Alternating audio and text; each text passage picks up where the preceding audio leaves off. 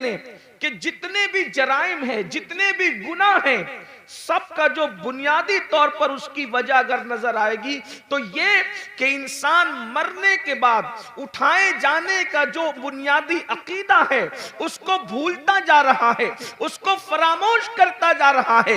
अगर दुनिया के अंदर बदकारी आम हो रही है तो कहीं ना कहीं सबसे बड़ी वजह यह है कि मरने के बाद उठना और उठने के बाद जवाब देना, उसका अकीदा कहीं ना कहीं दिलों के अंदर मद्दीम पड़ता जा रहा है। इसलिए कि जब एक इंसान ये सोच ले, अल्लाह अकबर, सिर्फ एक छोटा सा बच्चा ये सोच ले कि मेरे इम्तिहान होने वाले हैं, तो बच्चा भी बुजुर्गों से मिलता है। वो बच्चा जिसका पूरा अकीदतों का महवर चॉकलेट है, जिसकी पूरी मोहब्बतों का महवर खिलौना है, लेकिन जब इम्तिहानात के दिलों में मिलता है तो अपने बुजुर्गों को कहता है दुआ करिए कि मैं पास हो जाऊं, दुआ करिए कि मुझे कामयाबी मिल जाए। मुझे बताएं, अगर इम्तिहान पर यकीन एक छोटे से बच्चे को हो जाए तो वो बच्चा भी उसकी फिक्र करने लगता है कि नतीजा क्या आएगा। मुसलमानों बताओ तो सही, अगर बच्चे को इम्तिहान का यकीन हो जाए और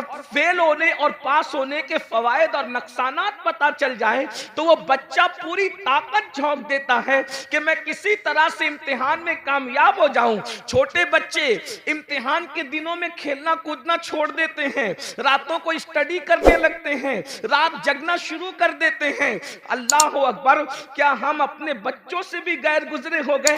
उन्हें इम्तिहान के ख्याल ने खेलने से बाज रखा है, उन्हें इम्तिहान के ख्याल ने कूदने से बाज रखा है, उन्हें इम्तिहान के ख्याल ने सोने से बाज रखा है। मुसलमानों, अपना भी तो एक इम्तिहान होने वाला है और इम्तिहान लेने वाला एग्जामिनर कौन है? वो अल्लाह रब्बुल इज्जत है और वो खुद फरमाता है अया सबुल इंसान का सुदा, क्या इंसान ये तसव्वुर करता है कि उससे हिसाब नहीं लिया जाएगा? नहीं नहीं, बल्कि इंसान तुझसे हिसाब लिया जाएगा।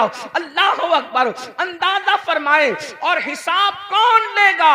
अल्लाह तबारक व तआला, दुनिया का एग्जामिनर। अल्लाह अकबर, रिश्वत ले करके इंसान को छोड़ सकता है, दुनिया का एग्जामिनर दबाव में आकर के कुछ नंबरात बढ़ा सकता है, लेकिन वो एग्जामिनर तो ऐसा है, अल्लाह अकबर, उसकी शान बेनियाजी का अंदाजा करो। अब जरा तवज्जो फरमाना, उसकी शान बेनियाजी का अंदाजा करो। वो कैसा इम्तिहान लेने वाला है, वो कैसा सवाल पूछने वाला है, वो कैसा हिसाब लेने वाला है। अल्लाह अकबर, कि अगर मासूम शजरे ममनुआ को हाथ में ले ले तो वो उस मासूम से अपनी गैरत की बुनियाद पर उसके कपड़े भी वापस ले लेता है, उसको जन्नत से भी निकाल देता है। और अल्लाह अकबर, फिर वो मासूम 200 साल तक के दुआएं करता है, पुकारता है। तो शान बेनियाजी का आलम यह है कि उसको 200 साल तक जवाब भी नहीं दिया जाता। अल्लाह अल्लाह, अहले सुन्नत के एतबार से हमारा अकीदा यह है कि अल्लाह आदम से नाराज न हुआ था, हजरत आदम ने कोई खता भी नहीं की थी, हजरत आदम ने कोई गुनाह भी नहीं किया था, बल्कि आदम से तो लग्जिश पैगंबराना वाक़ई हुई थी, लग्जिश मासूमियत वाक़ई हुई थी। उसके बावजूद भी उस पहले इंसान को जन्नत से निकाल कर कपड़े वापस लेकर, जरा यहां पर मैं आप सबकी तवज्जो चाहता हूं, इब्ने अब्बास से लेकर मुफ्ती अहमद यार खान नईमी तक आप किसी की भी तफसीर उठा करके पढ़ लें, हजरत आदम को सिर्फ जन्नत से बाहर नहीं किया गया, बल्कि जन्नत का लिबास भी वापस ले लिया गया। थोड़ी देर जरा तवज्जो करें, जिसको मस्जिद मलाइका बनाया जाता है, जिसको अपने हाथों से तख्लीक किया जाता है, जिसकी तख्लीक अपने हाथों से की जाती है, जब गैरत पर आते हैं और शान बेनियाजी का इजहार करते हैं तो कपड़े तक वापस ले लेते हैं, ताकि आगाह हो जाओ, हमारे रहीम और करीम होने पर धोखा मत खाना, हमारी गैरत का भी अंदाजा कर लो। जब मासूम मस्जिद मलाइका बनाने के बाद जन्नत से बाहर जा रहे हैं, और सिर्फ जन्नत ही से नहीं जा रहे हैं बल्कि कपड़े भी वापस लिए जा रहे हैं, तो बताओ तुम्हारी हैसियत हैसियत क्या है, तुम्हारा क्या अंजाम होगा, तुम कहां रहोगे। और फिर कोई खता भी नहीं है, कोई गुनाह भी नहीं है, लग़्ज़िश पैगंबराना है, उस पर जब गैरत का इजहार ये है। अब मुझे बताओ मेरे भाइयों, जो लोग जिना करते हैं और जिना के बाद वो इस खुशफहमी में मुब्तला है कि नहीं मौलाना अल्लाह करीम है, अल्लाह रहीम है, वो हमें जन्नत ही में दाखिल फरमाएगा।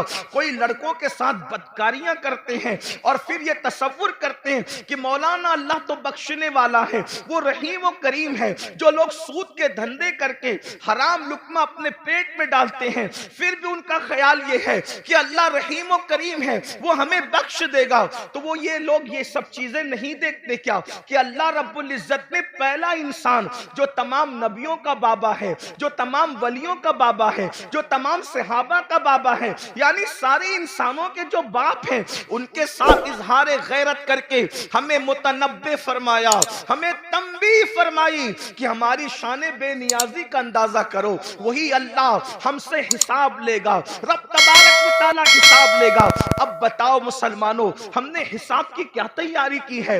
अच्छा पर्चा भी आउट कर दिया, अल्लाह हमसे क्या पूछेगा, क्या क्या पूछेगा? तो कुरान कहता है फमन यामल मिस्काला ज़र्रतिन खैरन यरा व मन यामल मिस्काला ज़र्रतिन शर्रन यरा। एक जर्रा बराबर नेकी की होगी, अल्लाह तुमसे वो भी पूछेगा। जर्रा बराबर जुर्म किया होगा, अल्लाह तुमसे वो भी पूछेगा। आइए, मुझे बहुत पूछने पर बहुत बड़ी बात याद आ गई है, आप सबकी तवज्जो चाहता हूं। बहुत खूबसूरत अंदाज में आप लोग सुन रहे हैं, तो दिल चाहता है कि कुछ खूबसूरत बातें आपके सामने खोली जाए, क्योंकि आप अच्छे से सुन रहे हैं। इसलिए कि जहां मजमा सुनने वाला हो तो दिल चाहता है कि कुछ दिल की बातें कही जाए। यूं तो सुनने के लिए सभी आते हैं, लेकिन आपका बड़ा अच्छा अंदाज है सुनने का। अल्लाह किससे क्या पूछ सकता है, इस बारे में कोई बेनियाज नहीं। वो किसी से भी कुछ भी पूछ सकता, किसी से भी कुछ भी पूछ सकता। इस सिलसिले में एक रिवायत सीरत की तमाम किताबों में लिखी हुई है।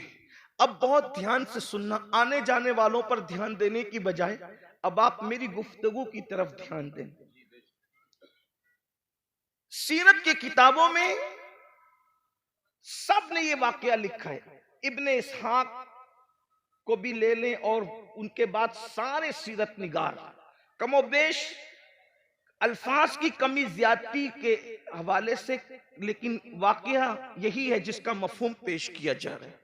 लेकिन मैं जहां से पेश कर रहा हूं आपके सामने, वो इब्ने मुंज़िरी के हवाले से मैं पेश कर रहा हूं बतौर मफहूम।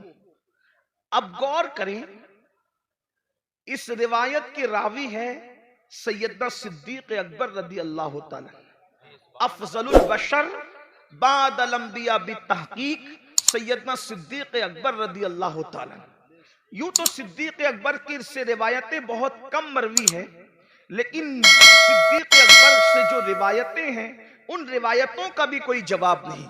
सैयदना सिद्दीक अकबर रदी अल्लाह तआला, एक बात अंदाजा करने, सिद्दीक वो हस्ती है कि जिनके बारे में मौला अली ने बयान किया कि अल्लाह के रसूल ने फरमाया कि अगर सारी जमीन वालों का ईमान एक पल्ले में रखा जाए और तन्हा अबू बकर का ईमान एक पल्ले में रखा जाए, तो सबके ईमान पर अबू बकर का ईमान वजनी हो जाएगा। ये वो हस्ती है जिन्हें सिद्दीक सुभान अल्लाह। और इन ईमान वालों में अबू हुरैरा का भी ईमान है, बिलाल हबशी का भी ईमान है, खालिद इब्ने वलीद का भी ईमान है, गौसे आजम गरीब नवाज का भी ईमान है। अंदाजा फरमाएं, जिसके ईमान की शान ये हो, उसके दिल और सीने की हालत का क्या आलम होगा। वो सिद्दीक अकबर जो सहाबा के इमाम हैं, अफजलुल बशर बादल अंबिया बितहकीक सिद्दीक अकबर रदी अल्लाह तआला अन्हु, जिनके बारे में हुजूर मुहद्दिस आजम के चौचवी रहमतुल्लाह अलैह कहते हैं, मर्तबा हजरत सिद्दीक का ये है सैयद, हर फजीलत के वो जामे हैं नबुव्वत के सिवा। अल्लाह अकबर। आइए, कोई सिद्दीक अकबर रिवायत कर रहे हैं। अल्लाह अकबर। अल्फाज मेरे हैं, मफहूम बयान कर रहा हूं अपने अल्फाज के जामे में। इब्तिदाई दिन है, मदीने मुनव्वरा में असहाबे रसूल अभी नए नए जो है वो मदीने तैयबा आए हैं। अल्लाह अकबर। हुजरों की तामीर अभी नई नई हुई है, मस्जिद नबवी की तामीर नई नई हुई है। हालात ये हैं कि सैयदना अबू हुरैरा जैसे लोग, अल्लाह अकबर, कभी लुंगी होती है बदन पर, ऊपर का कुर्ता नहीं होता, इन हालात में जिंदगियां गुजार रहे हैं। बिलाल हबशी का हाल ये है कि भूख से जब मजबूर हो जाते हैं तो जमीन पर चित लेट जाते हैं ताकि अपने पेट को आराम पहुंचाएं। अल्लाह अकबर। और खुद रहमत दो आलम सल्लल्लाहु अलैहि वसल्लम जिनके नाम से आपने कॉन्फ्रेंस रखी है, उनके घर का हाल ये है कि 3-3 महीने गुजर जाते हैं तो चूल्हा नहीं जलता।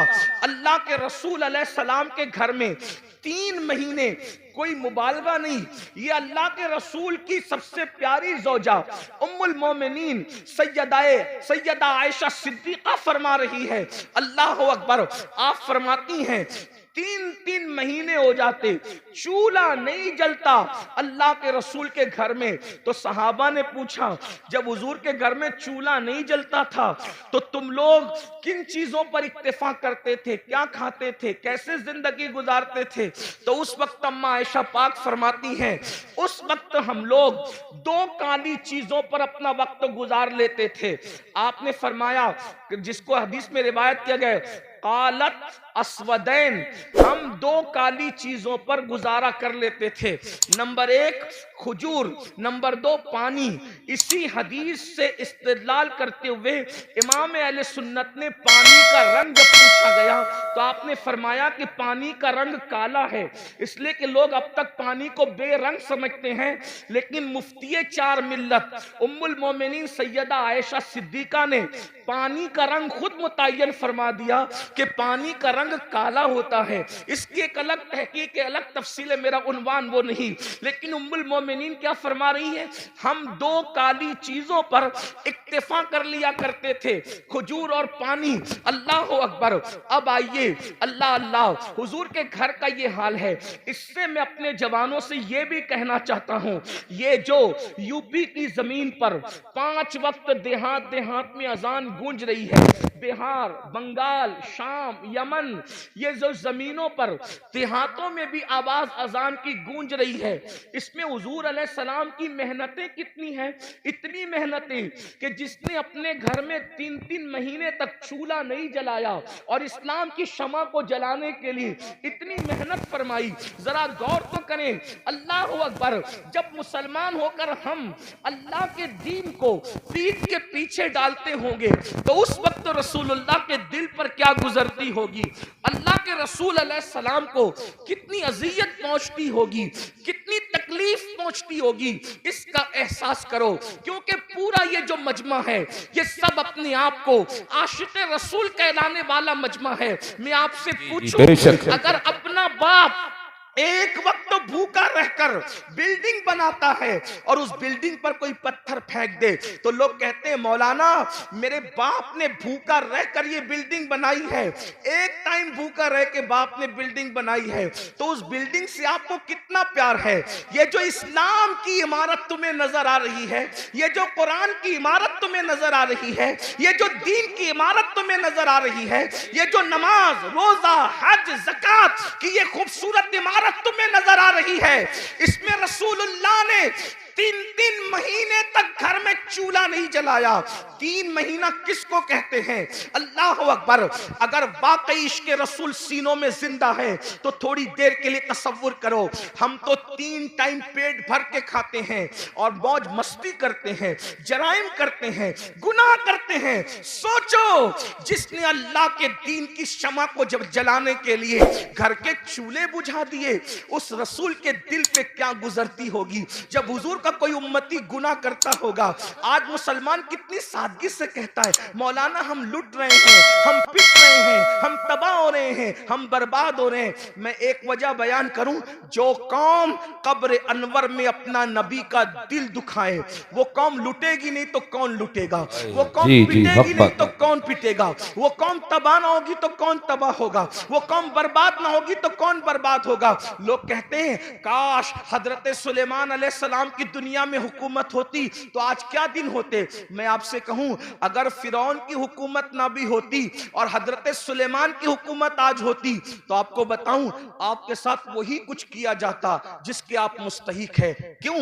अल्लाह को यह कब गवारा है कि उसके महबूब का दिल एक दिन में हजारों बार तुम छलनी करो और अल्लाह तुम पर रहमतों की बरसात बरसाए, रहमतों की बरखा बरसाए। मुसलमानों याद रखना, दुनिया में जो होता है अल्लाह की मर्जी के बगैर नहीं होता।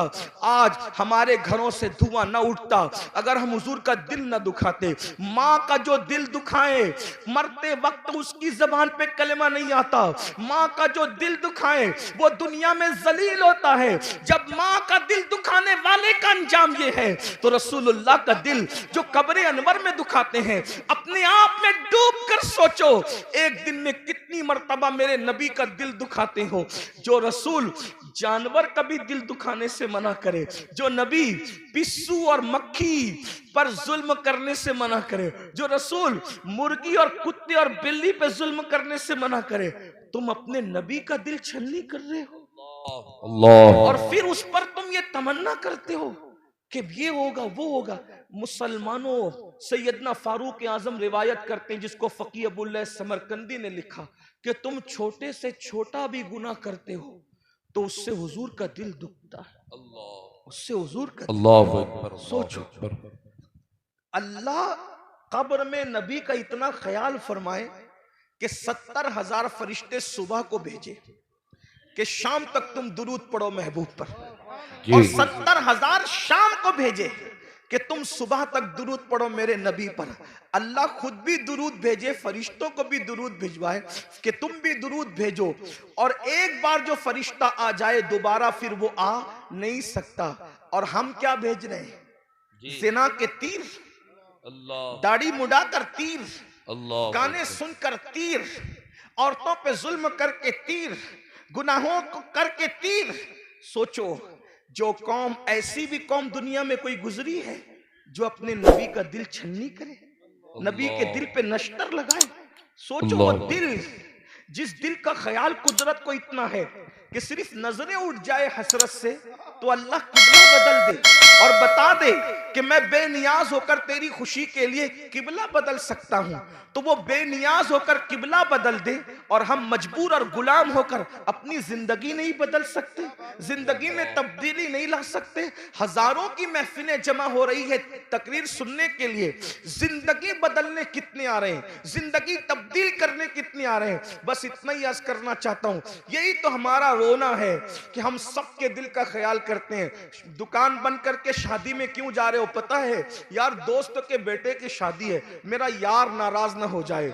समधी के घर दुकान बंद करके मैयत में इसलिए जा रहे हो यार, मेरे समधी के बाप की मैयत है, कहीं वो नाराज ना हो जाए। समधी की खुशी के लिए दुकान बंद हो सकती है, दोस्त की खुशी के लिए दुकान बंद हो सकती है, रसूलुल्लाह की खुशी के लिए क्या नमाज के वक्त तो दुकान बंद नहीं हो सकती?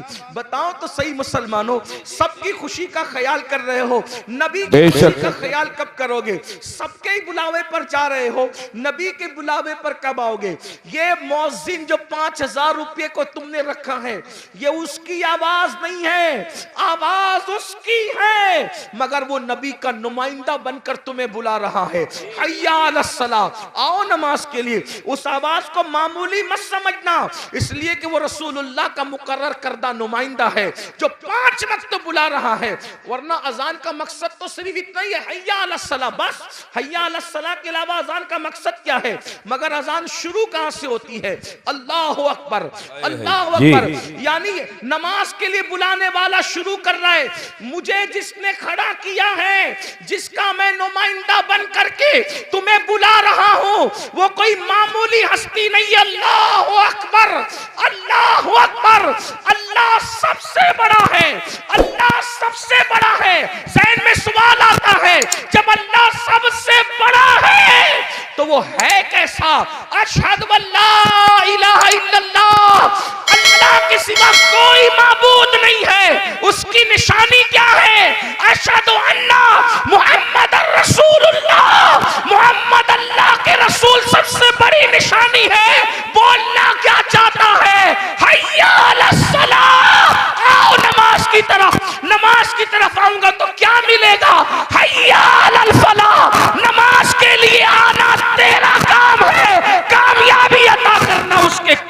बेशक नारे तकबीर, नारे रिसालत, मसलके आला हजरत औलादे रसूल हजरत सैयद अमीरुल कादरी साहिब क़िबला।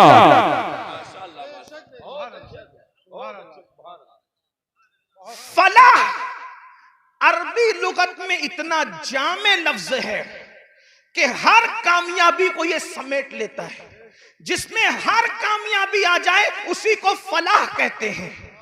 फलाह से बढ़ जामे कामयाबी के लिए कोई लफ्ज नहीं है। और अज़ान में मुकर्रर है हय्या अलल फलाह।